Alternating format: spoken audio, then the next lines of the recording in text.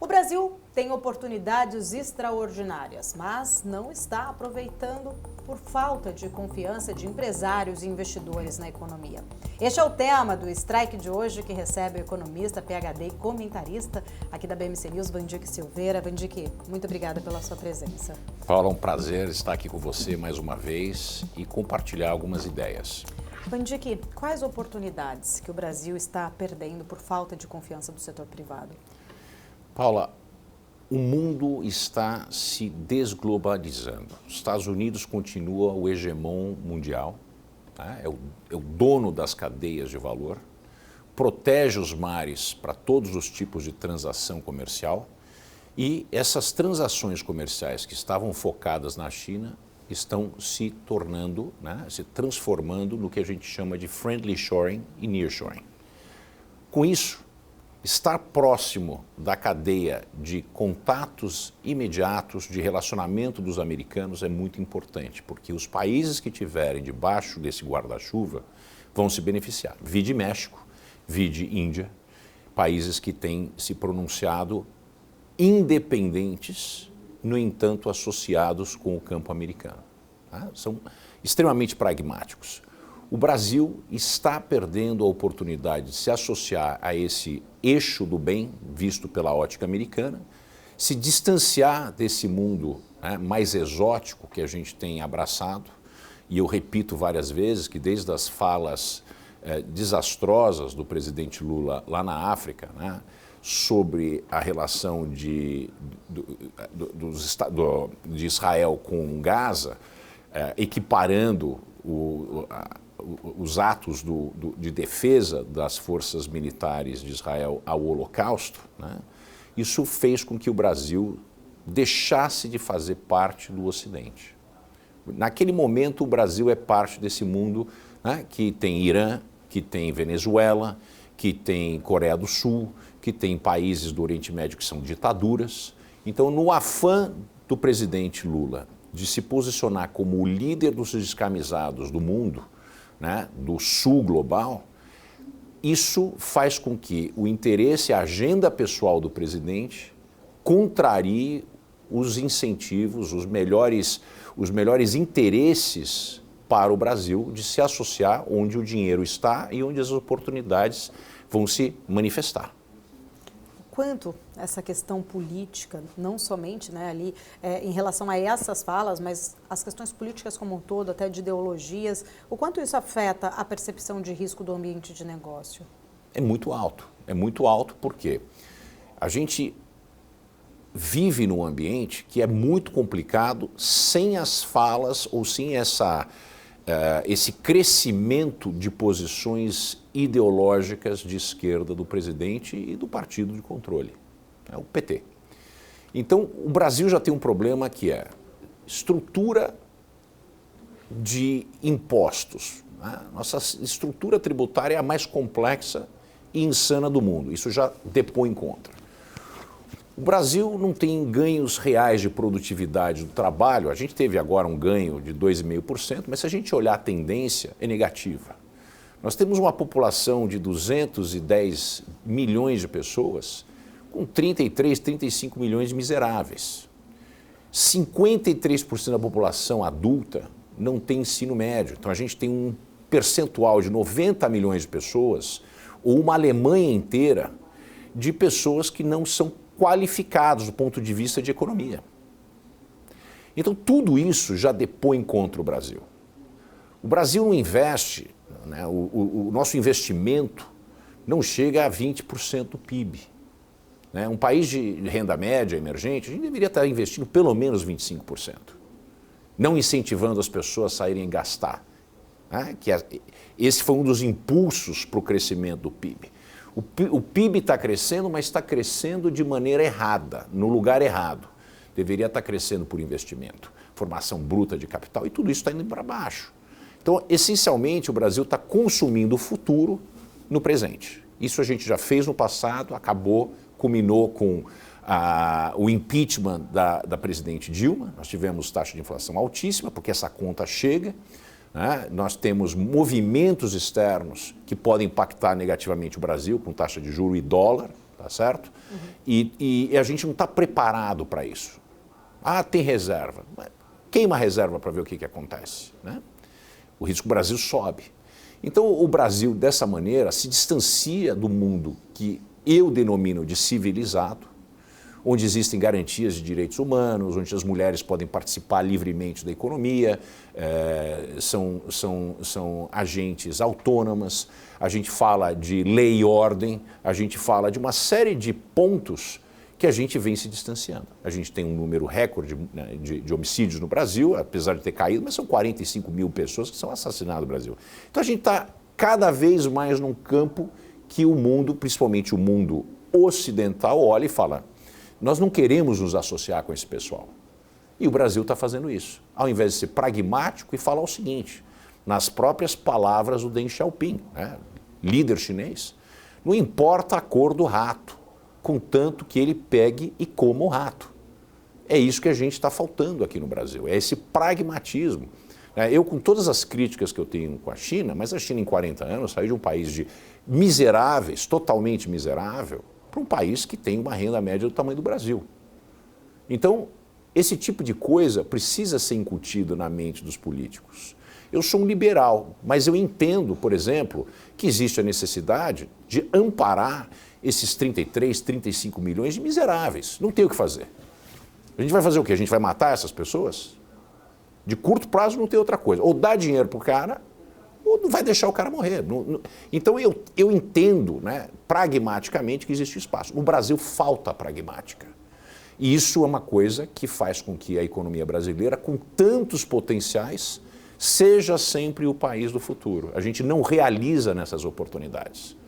E isso impacta a taxa de crescimento. A única coisa que tira a gente da pobreza e diminui esse diferencial abismal de renda que nós temos no Brasil é o crescimento econômico. Então a gente fala e perde tempo com muita coisa que não gera crescimento econômico, né?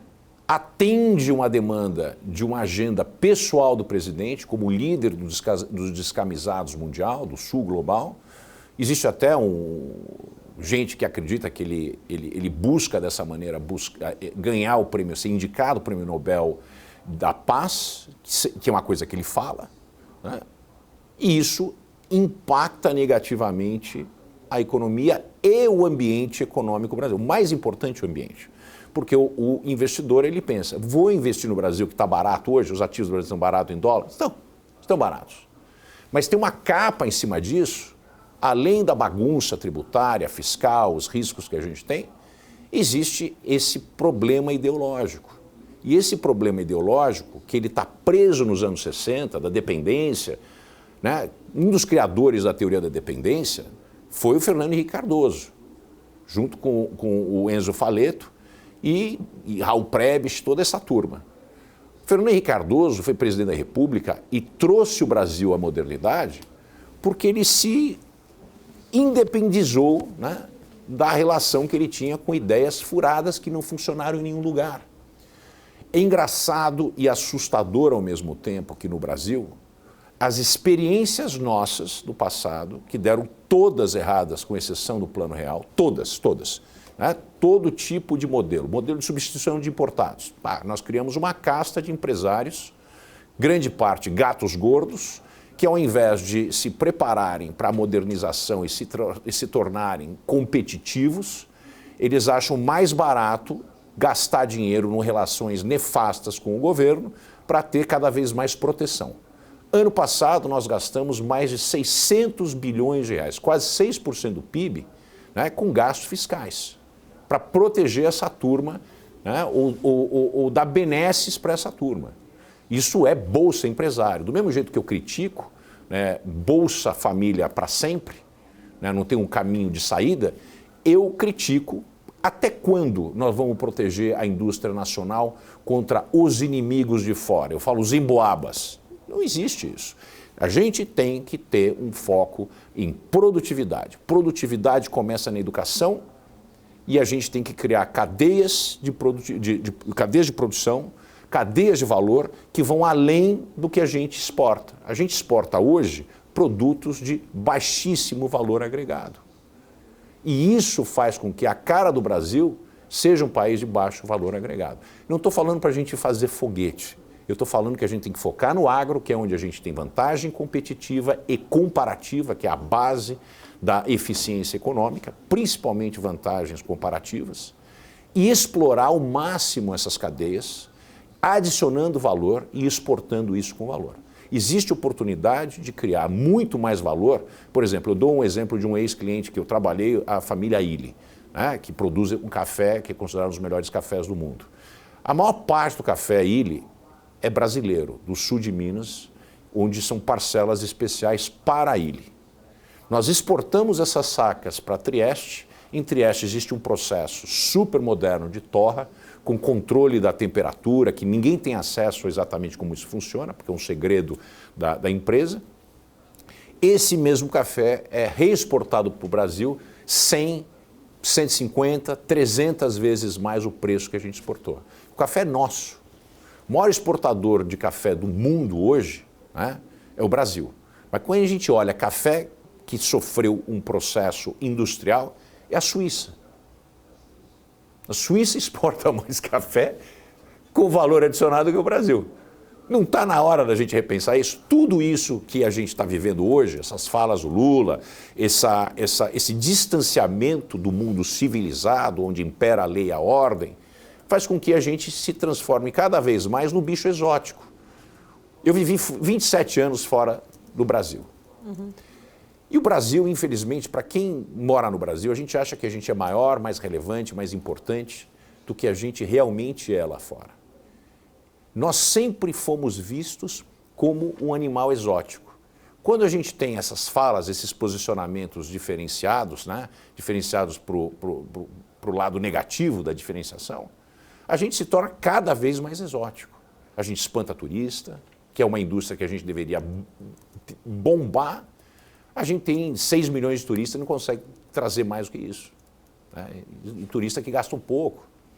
Então, quando a gente não participa das regras do jogo, e o mundo tem uma regra do jogo, e o Brasil não é quem dita as regras do jogo, ou o Brasil aceita as regras impostas e participa das benesses que esse guarda-chuva imposto pelos Estados Unidos, né? Você pode pular para fora, sai do guarda-chuva, se une à Rússia. Está fora do SWIFT. Né? Vai ter que vender petróleo a $60. É isso que acontece. Existem penalidades. E não tem esse negócio de é justo ou injusto. É o que é. Né? Realismo puro. É o que é. O Brasil não pode continuar sendo um adolescente rebelde. A gente tem sido um adolescente rebelde há muito tempo. Né? Jânio Quadros, condecorar Che Guevara e coisas desse tipo. A gente é um bicho muito exótico. A gente precisa ser menos exótico. E esse negócio cria problemas sérios para investimento no Brasil. Por exemplo, ano passado, nós tivemos 48 bilhões de dólares de investimento direto no Brasil. Esse investimento é o bom. Não quer dizer que investimento portfólio, né, não seja bom, né? Mas ele é dinheiro que a gente apelida de hot money, ele entra e sai. Investimento direto é muito grande. Foram afirmados que vão ter mais de 120 bilhões de reais que vão ser investidos no Brasil até 2036. A gente ouviu isso de montadoras, etc., semana passada. Isso é muito bom. Toyota, BYD, toda essa turma, Fiat, você sabe o que eles pedem em contrapartida? Mais proteção contra importados. E dessa maneira, essas empresas podem extorquir o povo brasileiro para comprar uma porcaria de um carro, né, por 150 mil reais, que não vale 20 mil reais, não vale 25 mil reais em outro lugar. A gente é capaz de ter esses carros de péssima qualidade, parafraseando o Collor, carroças, que a gente continua tendo. Carros que jamais seriam autorizados a rodar em um país civilizado. E a gente recebe isso, paga um preço caríssimo, e existe essa proteção, existe esse conluio entre montadoras e governo. Cadê que a gente tem a produção de carros de ponta? Vamos exportar, a gente vai dar espaço para isso. Então, custa caro fazer isso. Não é que esse investimento vem. Cadê os investimentos, por exemplo, né, no agronegócio? Já que o Brasil é o topo disso, vamos investir pesadamente, por exemplo, em fertilizantes. Uhum. e melhoria das rodovias, infelizmente, porque o modal preferido do Brasil é o rodoviário, que é o mais caro e mais ineficiente, e a gente tem as piores estradas que eu já vi na minha vida. São péssimas. Na África é pior, mas aqui está tal e qual. A Argentina, que é um país que está quebrado, tem estradas muito melhores que o Brasil. A gente esqueceu de investir na nossa infraestrutura para enaltecer e poder gerar valor daquilo que a gente produz, que está no centro-oeste, está no oeste do país, é longe do mar, nós não temos uma saída do Pacífico, então a gente tem que ir via Amazonas, Nordeste e Sudeste do Brasil e um pouquinho lá no Sul, em Santa Catarina. Cadê os portos? A qualidade dos portos? Vamos investir 7 bilhões de reais no Porto Santos. Não importa, ele tem que ser operado por iniciativa privada sem tendências políticas. A beleza de operar pela iniciativa privada, a iniciativa privada visa lucro. Quando você visa lucro, dentro de um arcabouço de ordem, de leis e ética, a iniciativa privada vai correr atrás do lucro sem pensar em eleição, sem pensar em agregar, em agradar a galera. E é por isso que as coisas que são privadas, elas funcionam melhor do que aquelas coisas que são públicas. Mandique, você trouxe muitos elementos interessantes aqui para a gente, inclusive, detalhar. Só para eu não perder aqui um pouco do meu raciocínio inicial, olhando, né, então, para os reflexos, o governo estaria talvez distanciando aí o Brasil dessas cadeias internacionais de valor. Como a gente poderia, como nação, como o Brasil poderia, de fato, se posicionar melhor nesta economia global? Depois a gente avança nos outros pontos. Primeiro ponto, o Brasil é uma das economias mais fechadas do mundo, tá certo? Importação mais exportação, a gente chega a 20% do PIB. A gente precisa abrir o país para o mundo. Dessa maneira, nós vamos ter acesso barato a tecnologias. Tecnologias são implantadas em países dessa maneira. Né? Isso é fundamental, essa transferência tecnológica através do mercado. Isso é fundamental. Empresas, indivíduos adotam essas novas tecnologias dessa maneira. Isso coloca pressão nas cadeias de produção doméstica para que elas sejam muito mais eficientes. Senão elas morrem. E é eficiente que elas morram. Porque essa é a destruição criativa, schumpeteriana. É daí que vem a capacidade de competência, a capacidade de concorrência dessas empresas. A gente tem que ter muito cuidado, porque aquilo que a gente chama de indústrias de segurança nacional, a gente mais frequentemente do que não nota que elas não são de segurança nacional. Me conta, qual é o problema de segurança nacional em ter uma empresa estrangeira que opera um avião ou que opera um aeroporto? Qual que é o produto que a gente quer? Nós não queremos voar as pessoas a um preço mais barato possível com a mais alta segurança? Não importa quem voa, importa que o serviço é prestado. Para você ter uma ideia, né, na Inglaterra, aliás, no Reino Unido, o Royal Mail, né, o Royal Mail é o Correio Real, foi privatizado em 2010 e quem comprou foi uma empresa holandesa, a TNT. Então, algo de alta responsabilidade para o país, parcelas, não são apenas cartas. Quando a gente fala de correio hoje, a gente está falando mais de parcelas, porque eles concorrem com o UPS, concorrem com diversos, concorrem com FedEx, concorrem com a própria TNT, que faz entrega no mundo inteiro. Então, a TNT é mais eficiente do que a estatal, mesmo que criado pela realeza, Deus sabe quando. Então, esse pragmatismo de pensar no bem-estar da população no longo prazo é aquilo que falta no Brasil. A gente tem uma falta de intencionalidade. Tudo que a gente faz é voltado para um ciclo muito curto eleitoral. A gente nunca pensa, a gente está sempre ausente naquilo que precisa ser feito, que são políticas de Estado. São duas únicas políticas de Estado que o Brasil tem. Plano real, controle da inflação, senão cai o governo. Brinca com a inflação, cai o governo. Lula está brincando com a inflação. Se a inflação der uma embicada para cima, a gente já teve 0,83 do mês passado, né? IPCA de 0,83. A curva está começando a subir. A gente, obviamente, tem efeitos sazonais. mas também existe uma grande emissão de moeda que está acontecendo, né? Indexação de salários, que é um dos maiores males da economia, isso impacta a inflação. Então, se a gente não tiver controle, e dependendo do que acontecer, por exemplo, a mudança de presidente do Banco Central, se tivermos um Banco Central submisso ao governo, a gente pode dar uma dilmada, né? Inflação bate a 14%, 15%. Cai o governo. Cai o governo. 14% do povo está na rua, milhões de pessoas na rua, nós temos um problema sério. Então, primeira política de Estado, Plano Real. Segundo, Bolsa Família. Nós não vamos deixar as pessoas morrerem de fome.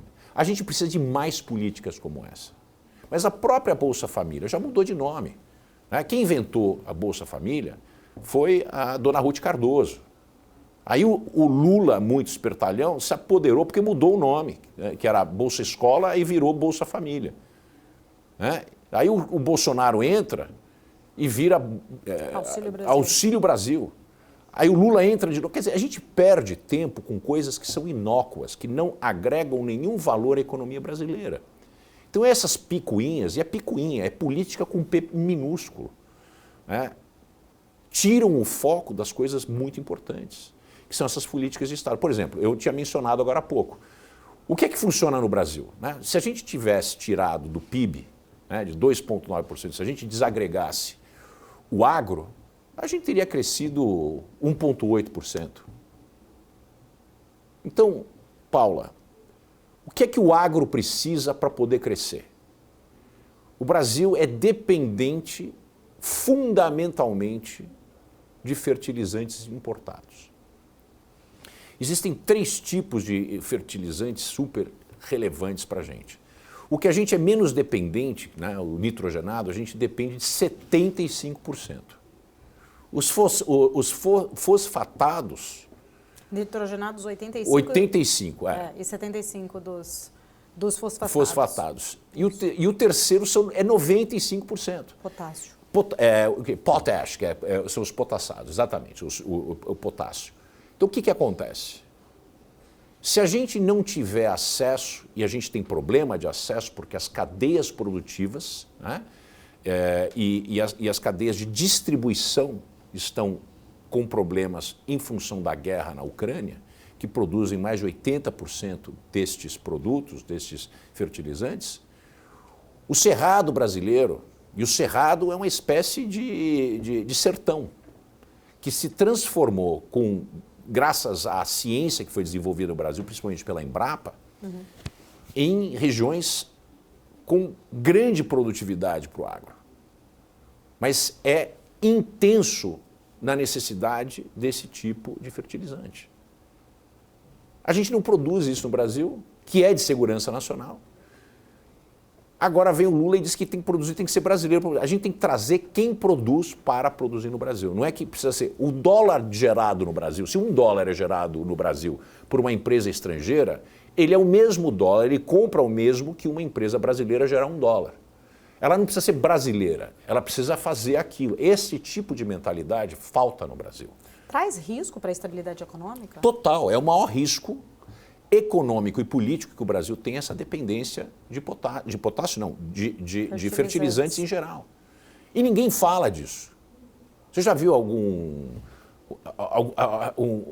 manchete de jornal falando disso? Se cortar isso, vamos supor, o Brasil agora que está engajado com o lado escuro da força, né, do lado do Irã, desses países todos, né, vamos dizer que exista uma guerra. E quem está comigo, e quem está semigo vai se danar. Posição dos Estados Unidos. Guerra com a China, ou a guerra com o Irã, que está botando as manguinhas, né, para fora. O que acontece? O que acontece se essas cadeias de distribuição, o supply chain de fertilizantes são cortados propositadamente pela Marinha Americana? Não tem produção aqui. Acabou. Acabou a água. Esse tipo de coisa a gente tem que pensar.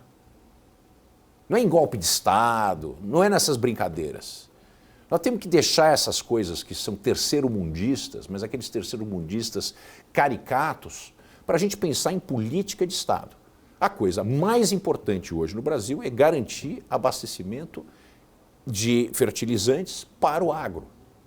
Segundo ponto, agregar valor na cadeia de valor do agro. O Brasil é que nem uma biruta, né? Tem até uma música dos Secos e Molhados que falam ventos do norte, né? Pois é, a gente está sempre esperando os ventos. A gente não tem intencionalidade. A gente depende do preço do saco da soja. A gente depende do preço do saco do milho. Quando é que a gente vai abraçar a causa de uma indústria? Porque eu acho interessante, porque quando o Lula fala que a gente vai se reindustrializar, ou Alckmin aparece falando em reindustrializar, a indústria que essas pessoas têm na mente não são as indústrias realmente que cabem no Brasil e que fazem parte das nossas dotações, nossas vantagens comparativas. E não tem nenhum problema em ser um país do agro, porque, por exemplo, o Canadá é um país do agro. Eu não acredito que o Canadá seja uma vergonha você ser um canadense. A Austrália é um país de agro e de extração mineral. Eu não vejo a Austrália sendo considerada terceiro mundo. Nós temos essa dotação, essa massa de terra. E a gente precisa entender que o agro é uma indústria que está em paridade com a produção de microchips de alta complexidade. Porque o mundo depende disso. O mundo depende de alimentação. Não tem um cara que faz o microchip sem que ele esteja alimentado. Então a gente precisa criar valor em cima daquilo que a gente vende bruto, grãos. A gente tem que vender o grão e a gente tem que desenvolver a indústria de como pegar esse material, transformá-lo, agregar valor e exportar isso aí. Por exemplo, a Itália, que sempre teve uma economia muito complexa, dívidas impagáveis, etc., teve um boom nos anos 90. Por quê? Porque existe demanda por produtos que são feitos à mão com os artesãos italianos, que produzem sapatos, bolsas, esse tipo de coisa. 80% do emprego, do PIB da Itália, vem de pequenas e médias empresas. 85% dos italianos trabalham para empresas que têm até 10 pessoas lá dentro, mas que focaram nessa competência de produzir esse tipo de bem, que foi exportado para o mundo inteiro e criamos diversas marcas de primeira qualidade. Mandiqui, tem muitos pontos importantes. A gente vai para um rápido intervalo. Você que está aqui acompanhando a nossa programação da BMC News, continue aqui com a gente. O Strike volta já já com muito mais.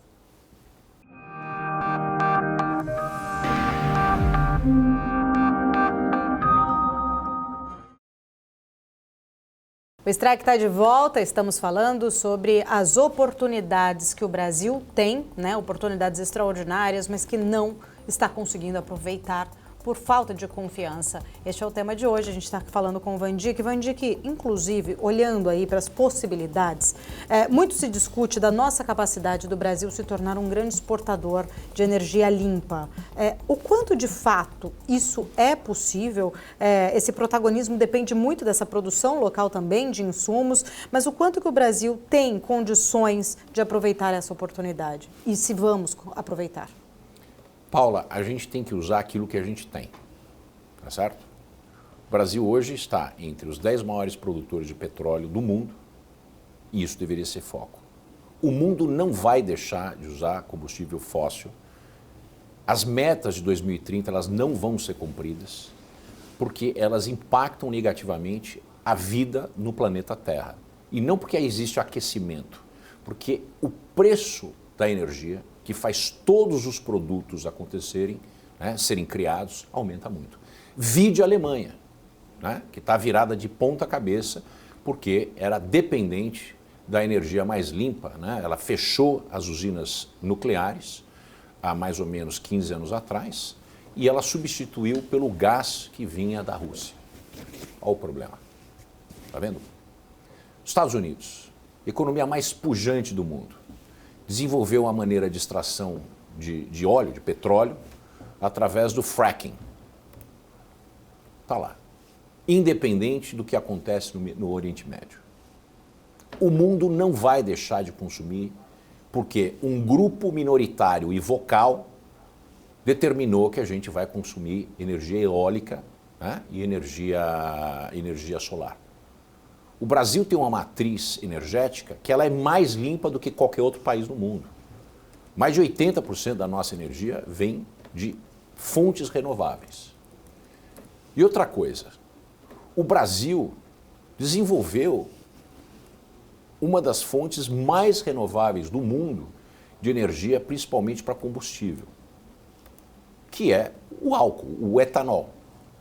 Por que nós não falamos daquilo que existe já?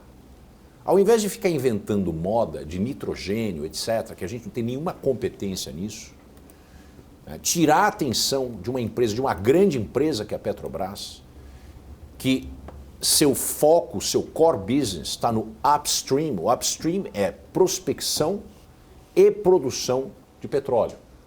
A gente quer deixar de ser bom nisso, porque você não pode ser bom em muitas coisas ao mesmo tempo. É por isso que existe o conceito de core business, desenvolvido pelo Peter Drucker.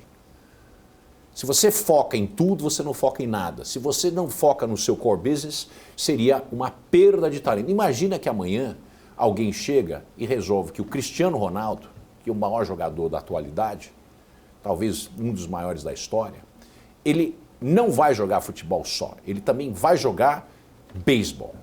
E a gente divide o tempo de treinamento e a atenção dele entre futebol e beisebol. O que você acha que vai acontecer com o rendimento naquilo que ele é excelente? A gente não tem uma propriedade aditiva de que você é bom nisso, você vai ser bom também naquilo. Todas as empresas que tentaram ser bom nisso e naquilo, elas acabaram se ferrando. Petrobras, pode acontecer isso? Pode acontecer porque isso. Porque o core business, que é extração, né? Por um lado, apesar que o próprio presidente disse que vai explorar até a última gota do petróleo, mas a gente está vendo uma mudança muito significativa nesta forma de trabalhar os dois lados. É de novo aquela agenda que eu falo, a agenda pessoal do presidente e a agenda do país. A agenda do país não comporta a agenda do presidente. É isso que é a verdade. O presidente precisa governar para o país, não para ele, para o seu ego, né? Para se sentir uma pessoa especial. O presidente precisa governar naquilo que é de interesse nacional, nas oportunidades para o Brasil. E a gente tem que focar nisso. E não é só este presidente, são todos os presidentes. Isso é muito importante. Eu sei que é difícil você desvincular a sua agenda daquilo que é bom para o país. Mas os grandes estadistas fizeram isso. E por isso que são considerados grandes estadistas. Isso aí é o que a gente denomina de liderança. O Brasil padece de líderes. Não existem líderes nesse país. Existem oportunistas de turno. Da esquerda, da direita e do centro. E a gente perde essas oportunidades porque a gente entra na conversa que é jogar para a galera. A galera gosta de falar de energia limpa. Só que o carro da maioria das pessoas precisa de gasolina ou diesel barato.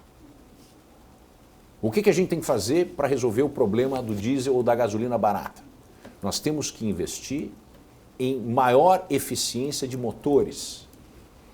Tecnologias de diesel e de gasolina que são mais limpas. E assim por diante. O próprio etanol é muito mais limpo. A gente não pode dar uma guinada de carbono intenso para zero carbono. Essa é uma visão, né, de um mundo que não vai acontecer. E não seria ótimo, porque o custo de fazer isso seria tão proibitivo que a gente empurraria na pobreza e no desemprego dezenas de milhões de pessoas. Pode falar. Quão vulnerável o Brasil, a nação, é em relação às ideologias políticas? Pelo que você está trazendo aí, esses elementos, a gente fica sempre nesse voo de galinha, tentando crescer e vai conforme vai para o lado aí conforme pensam, não só este governo, mas todos, né? Traz aí nessa reflexão, né? A gente acaba sendo muito vulnerável. Paula, você tocou num dos assuntos, um dos pontos que são mais essenciais para entender o Brasil e para resolver a problemática brasileira. Nós temos uma relação de fã, do mesmo jeito que a gente tem com o Flamengo, com o Fluminense, com o Corinthians, com o Palmeiras, né? Com ideologias políticas. Falta no Brasil o pragmatismo, ainda que você possa ser inclinado para a esquerda ou para a direita. E eu digo isso porque tem muita gente que me considera como um cara de direita. Eu sou um liberal. Tá? E o problema que eu tinha com o governo anterior é que o governo anterior era de direita, mas não era liberal. Tá? Então, deixar bem claro isso. As minhas críticas ao Lula, elas também cabem ao Bolsonaro, por razões diferentes. Mas essa história de nos centrar em ideologias que não deram certo, tanto do lado da esquerda, que faliu em todos os lugares que ela chegou, todos os lugares do mundo, não existe um experimento de esquerda, de socialismo que deu certo. Mas também do autoritarismo da direita também não deu certo. Todas as economias que deram certo no mundo e se perpetuaram dando certo, né? A gente fala, a China deu um salto de 40 anos. Olha o emaranhado de desastres que a China está hoje. E a China está longe de poder ser considerado um país exemplar. A China tem 400 milhões, talvez 500 milhões de pessoas que vivem em condições boas, né? Só que tem 1 bilhão de pessoas que vivem em condições esquálidas, né? Então, como é que a gente pode falar? Não, a China fez um trabalho muito bom, mas está fazendo, ela não fez. Mas eu quero ver um trabalho como a Inglaterra, como os Estados Unidos, como o Canadá, como a Irlanda, que é um exemplo cabal disso. Inclusive, a gente já falou a respeito da Irlanda no strike. Até os anos 80, a Irlanda era um dos países mais pobres da Europa e um país de terceiro mundo dentro, era junto com a Grécia. Era um país que vivia o marasmo, fechado, socialista, ideologicamente cercado, né, de impostos gigantescos, tudo aquilo. Ninguém queria estar na Irlanda. O que a Irlanda exportava mais era gente. Whisky e gente, era o que a Irlanda exportava. Hoje o maior PIB per capita da Europa é a Irlanda. É a população com o maior nível de capital humano da Europa são os irlandeses. Por isso que grandes empresas de tecnologia, né, de ciência, como a própria Bosch Lomb e Meta, Google, todas estão sediadas lá. Obviamente eles também têm condições fiscais muito mais convidativas do que outros países, mas não são paraísos fiscais. Existe algo a mais. O que eles têm de algo a mais é o povo. É a educação, a competência que o povo irlandês tem. Então, essas coisas no Brasil a gente precisa olhar. Ideologicamente, a gente pode até apreciar a esquerda ou a direita, mas pragmaticamente a gente tem que fazer aquilo que funciona. E a gente não tem isso. Então a gente está preso nesse fla-flu de direita e esquerda. E isso é extremamente inócuo para o Brasil. O momento requer ação, intencionalidade, ao invés de ficar debatendo se a esquerda fez isso, quem é genocida, etc. Não importa nada disso. O que importa é hoje, o que está na frente. O que a gente precisa fazer? Quais são as prioridades do país? Eu nunca vi um país sem plano. Singapura ficou independente em 1965. Era uma ilha onde existiam traficantes de ópio, prostituição, era um inferno. Eu não sei se alguém aqui, deve ter muita gente que já foi para Singapura, mas eu estive em Singapura muitas vezes. Quando a temperatura está amena, faz 32 graus, com umidade de 78%. Quando a coisa realmente está pegando, a temperatura é 38 graus, com 85% de umidade. Quer dizer, é um lugar inóspito. No entanto, Singapura, através de um plano de nação, se transformou num dos países mais ricos do mundo. Né? Deixou de ser um centro de prostituição e de consumo de drogas para se transformar num país próspero. Quais são os 5 pontos prioritários para o Brasil?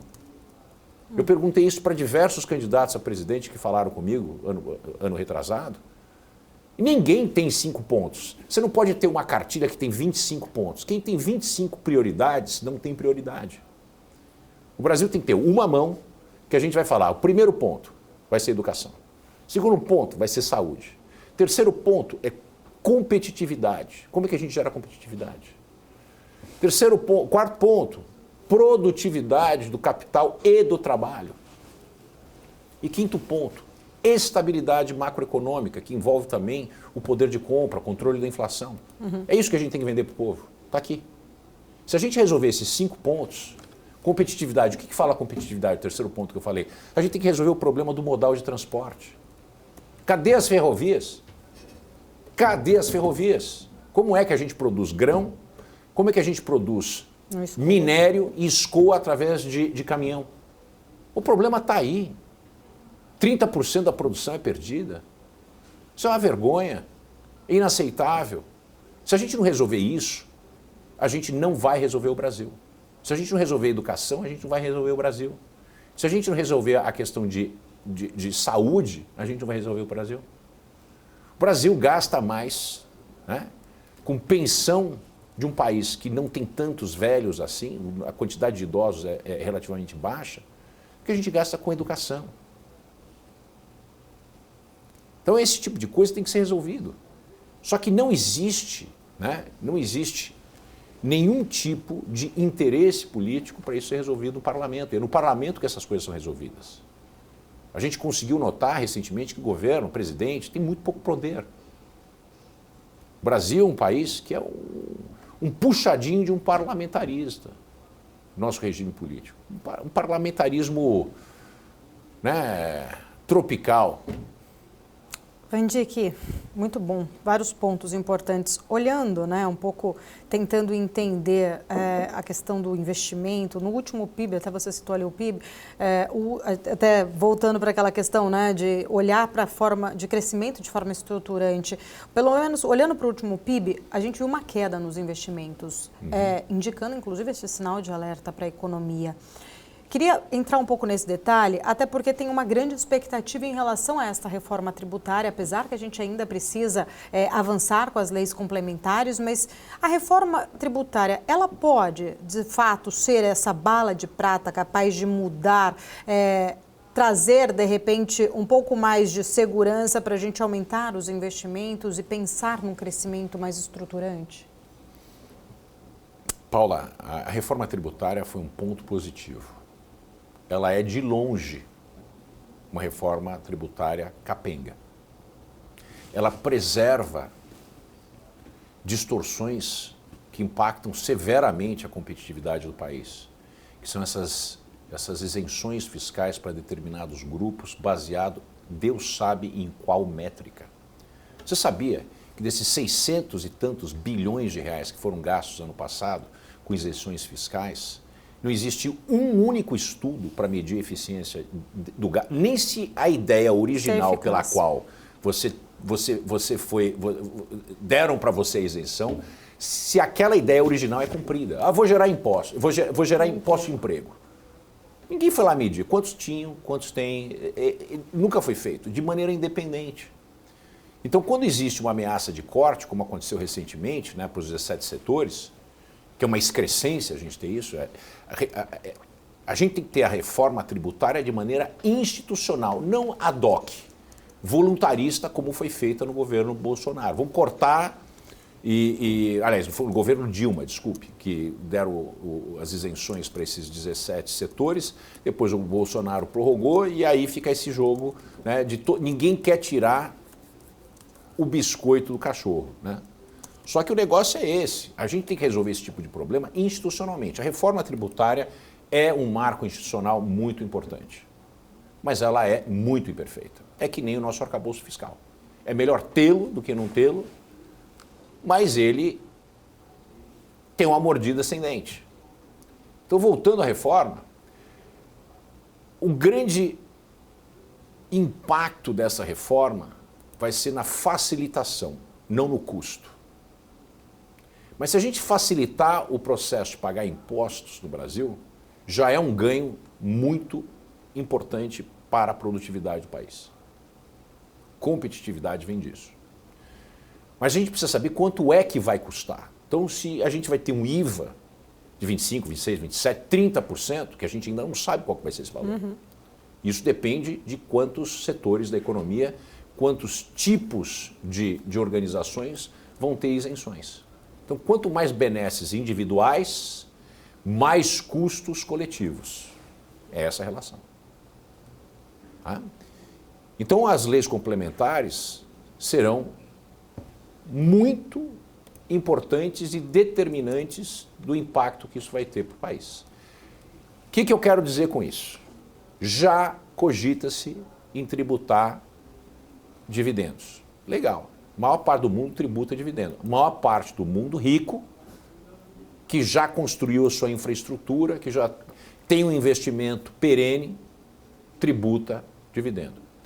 O que é que caiu 3% ano passado do PIB? O que foi? Não foi investimento? E vem caindo. Né? Se a gente tributa o dividendo, a gente dá um incentivo negativo, um desincentivo para as pessoas investirem. Então o que a gente quer? A gente quer punir o rico para dar para o pobre, que é uma teoria. Vamos tirar dinheiro do rico ou dar para o pobre? Legal. Só que se você tirar do rico, o rico vai embora. O rico é mais inteligente do que o governo. Tem muito mais gente competente trabalhando no mercado privado do que no mercado governamental. Então, quando o governo vem com uma ideia, o mercado privado já está indo, voltando 4, 5 vezes, já resolveu o problema. Por isso que é ineficiente querer taxar rico. Todo mundo que fez isso se danou. Não tem como ser feito. E não é justificável, porque esse pessoal é quem cria valor para a sociedade, são as pessoas que investem em todos os tipos de indústrias que a gente adora hoje, que a gente necessita para a transformação que o mundo tem passado em termos de tecnologia de informação, de inovação, são essas pessoas que investem nessas inovações. Então essas pessoas têm o direito, né?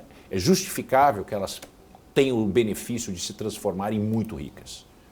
Então, ao invés de massacrar o muito rico, a gente precisa pegar como é que a gente resolve o problema do muito pobre.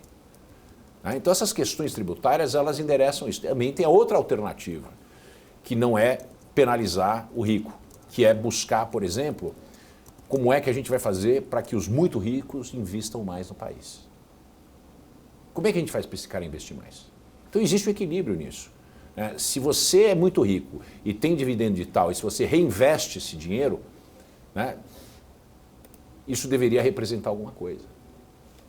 Porque é esse dinheiro que faz com que empresas contratem mais pessoas, as inovações sejam geradas, maiores facilidades, novos empregos são gerados, mais gente pagando impostos.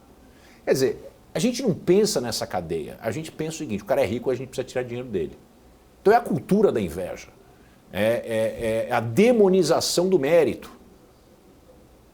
A gente precisa de mérito, para isso tem que viver numa meritocracia. Todas as tentativas de fazer algo além da meritocracia, nós tivemos um mundo dividido em facções. Eu tenho direito porque eu sou assim, eu tenho mais direito porque eu sou assim. Não tem direito porque você é assim. Você tem direito mediante aquilo que você produz. Essa é a intenção do mérito.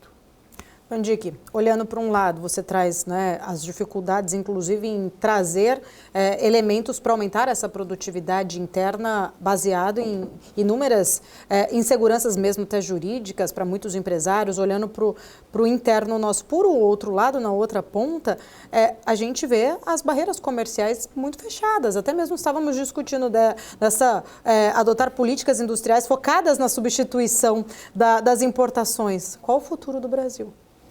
De novo, nós voltamos ao passado. Mais cedo, a gente estava falando daquela música célebre do Cazuza, né?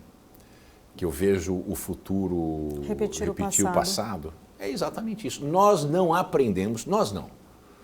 O governo atual, encabeçado pelo presidente Lula e todos os seus assessores mais próximos, eles não aprenderam nada dos erros do passado. Nada. E o engraçado e ao mesmo tempo cáustico. Eles não aprenderam dos erros do passado e não aprenderam dos acertos de quem acertou. Para você ter uma ideia, existe um paper escrito pelo professor Pereira da FGV, se não me engano é do IBRE ou do IPGE, que ele faz um simulado se o Brasil tivesse o nível de educação que a Coreia tem ao longo dos últimos 50 anos, a Coreia do Sul. O PIB do Brasil seria 40% maior. Se o Brasil adotasse as políticas de investimento e poupança da Coreia do Sul, sem falar da educação, a gente teria um PIB cerca de 30% maior do que a gente tem. Se a gente unisse educação e as políticas de investimento e poupança da Coreia do Sul, que era um país mais pobre do que o Brasil em 1973, e tomou um rumo completamente diferente, o que acontece? Nós teríamos um país próspero. A gente não teria gente pobre. A gente teria pessoas com menor renda, mas a gente não teria miséria. Então, as nossas opções, elas sempre foram através de lentes com a coloração política do mandatário de turno. E isso sempre foi errado. A gente nunca conseguiu emplacar. Quando a gente teve um ex-socialista que abriu os olhos e resolveu fazer algo correto, nós tivemos o Plano Real. Quando a gente teve um sujeito de direita, Michel Temer, mas emplacar uma reforma tributária, uma reforma trabalhista que trouxe todos os lados da República, apesar de críticas, apesar de imperfeita, muito do que a gente está vendo hoje, de geração de empregos, tem a ver com essa reforma. Então, quando a pessoa, não vou pegar nem para o lado empresário, quando a gente pensa aquilo que é possível, mas o melhor que pode ser feito dentro do espaço da possibilidade, é que nem o Temer fez. O presidente Michel Temer fez uma reforma que hoje nós estamos colhendo os frutos e que aumentou a produtividade. Uma das razões de aumento de produtividade no Brasil, apesar que a produtividade real do trabalho continua estagnada, ocorre em função dessa reforma. E é uma reforma super imperfeita, mas nós estamos colhendo os frutos aqui. Nós precisamos ter muitas reformas como essa. E eu acho que também é um delírio a gente sempre achar que nós vamos ter essas grandes reformas. Nós precisamos ter muitas reformas que são pequenas e médias, que são fáceis de serem aprovadas e vão atacando essas idiosincrasias da economia brasileira. Mandique, muito bom. Quero agradecer. Nosso tempo chega ao final. Sempre muito esclarecedor e enriquecedor o papo com você. Muito obrigada. Eu que agradeço a oportunidade. Eu gosto demais de estar aqui com você. Obrigada. Vamos lá, seguindo, aqui na esperança de olhar aí para um futuro, com mais esperança mesmo para o nosso país, trazendo aí de fato possibilidades reais, não só utópicas. Bom, este é o Strike de hoje. Quero agradecer a sua audiência. Muito obrigada pela sua companhia. A gente se vê na semana que vem. Até lá, tchau, tchau.